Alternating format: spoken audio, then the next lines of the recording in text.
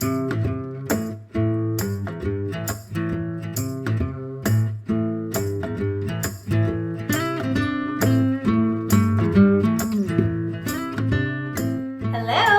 Texicureans is here with Helen and Amelia Hovestad. And Helen is originally from Mexico City, but she resides in New Braunfels now. We are now in Amelia's house, her daughter. So Helen, tell us your story. Where are you from and how did you get here?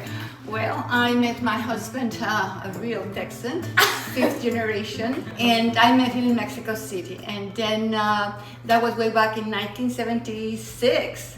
But 10 years later, in 1986, I married him and I have two beautiful daughters. And then when I came to this country, Texas opened the arms big. And then since then I've been here. But I brought with me the culinary expertise, not expertise, but my mother was a great cook and I love to do that. Chiles and Nogada is a poblano pepper. And it has a creamy nut sauce and it's filled with this delicious called picadillo. Many of you know picadillo is this meat with spices, and it's covered with this beautiful cream, and on top is pomegranate. And this chile is to celebrate. It's an honor to celebrate Mexican independence as well. The chile has a symbolic thing because it has a Mexican flag. You know the colors of the flag, and the green is the chile. Red are the other color, white is the nut house and the nut sauce. Sorry. The nut sauce. And then we have the picadillo and stuff. It's very, very interesting flavors. It's a mixture between spicy, hot, semi-sweet, the meat, the cream, the chile. It's very interesting. We're so excited to and try it. It's a dish is not very well known in Texas. That's what I want to introduce to you. And if you like it, will be very interesting. Chiles en Nogada is having evolved a lot, and there is many ways to do it. But let me start with roasting the chiles. See, the best thing to do is, I like the direct flame. Okay, we can put even 4 at a time. This is a great stove.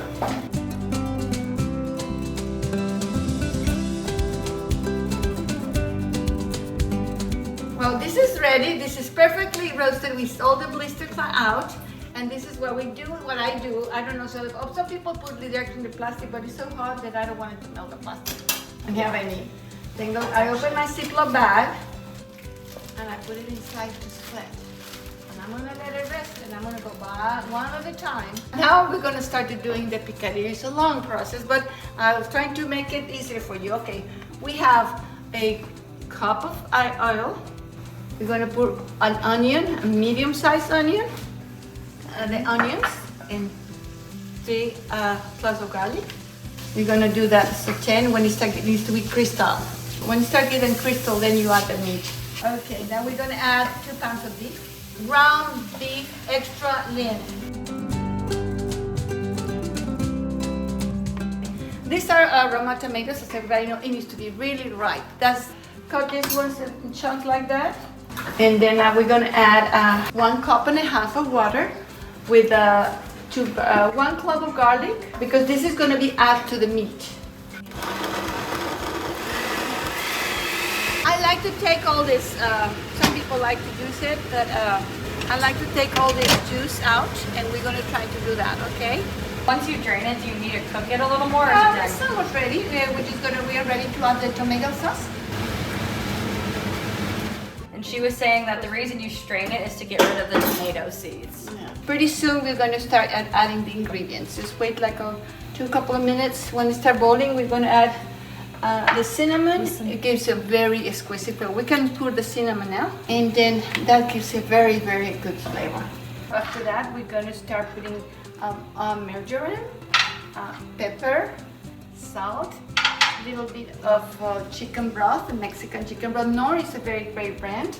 And salt and sugar, a spoonful of sugar. We have to wait until this takes changing colors. When it's like orangey, right now it's pink, but the tomatoes start cooking, then we're going to add the ingredients. We're going to start with the pepper. Okay. We can add salt. A little bit of chicken broth, not too much because then it will flavor. And margarine, okay? The last thing I was going to add is the almonds and the pine nuts. So what do we do next? I mean, it's ready. Start getting. Then you need to start adding for The sweet flavors. Yes, this is cranberry raisins. Dried cranberries and raisins. And then raisins.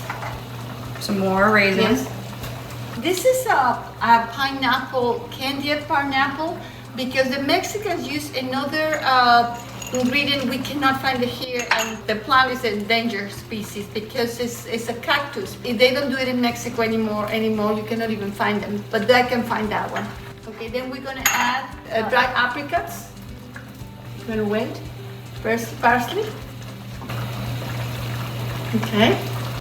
And then we're gonna add the apple, but let me rinse the apple because I put a little bit of water, then it'll get black.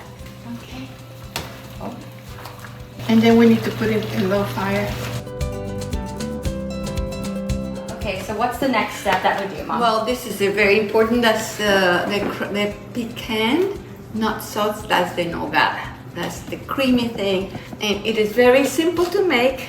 Okay, what I'm going to do is I'm going to completely, I got a good quality pecans. Okay, I mean I put 1 cup. We're going to start with 1 cup. So 1 cup of pecans. Yes. Okay. And just 1 cup of water, no more. Okay, so now we blend it. Yes.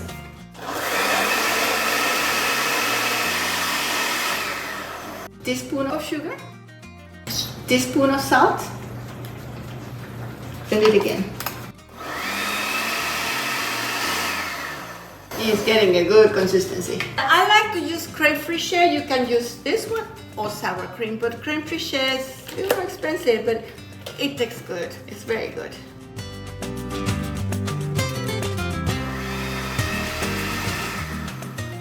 So we have the picadillo and we have the Nogada, the pecan cream sauce. Yeah. Did I say Nogada correctly? That's perfectly Okay. said. So what's next? We stuff the chilies. We stuff the chiles, and now I'm going to show you how to do that. It's very easy. So how can you tell that the poblano peppers are ready? You see, after we wrap it in a paper, The paper put towel? the paper towel, we put it inside a Ziploc bag, we seal it, and let it rest for 20 minutes while you're doing your other stuff. This is the consistency she has, and sometimes you go in the sink. It's important I'm going to make a little incision here. Very careful.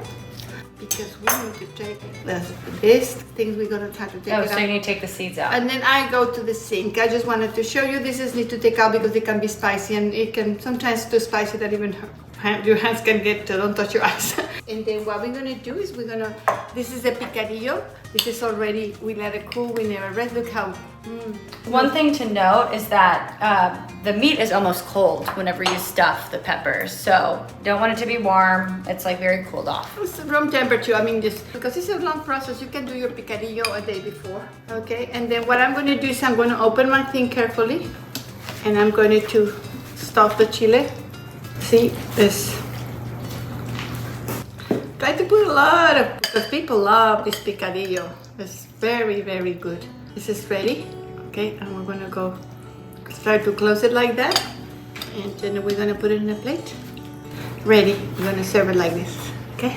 We have the pepper in front of us. It's stuffed. It looks amazing. So how do you plate it? What are these toppings and how do you plate with the sauce? Okay, what we're going to do is literally we're going to put a generous amount of cream.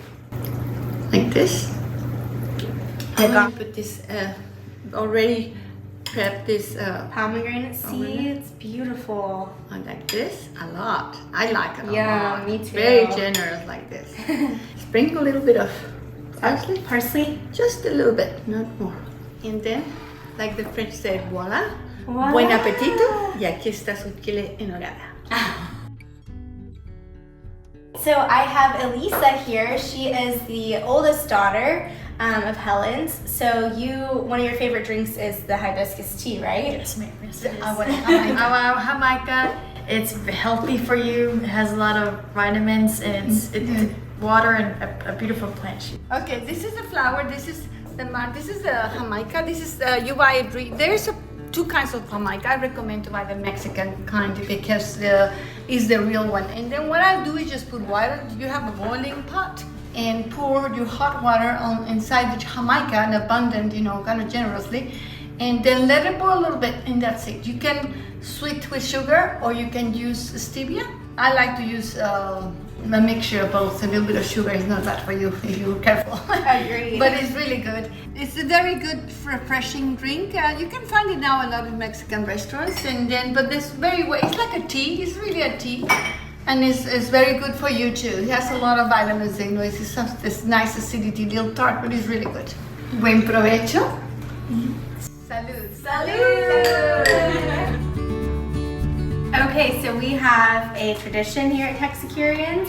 Once you make a meal with us, or we make a meal together, you are officially a Texicureans. Thank you so much. Thank you so much. You get your favorite. This has been so fun. Really appreciate Well, I have to say something. You know, we forgot, we talk about all these Chiles de Nogada. Right. And it's about the independence of Mexico. So, viva Mexico, viva la independencia.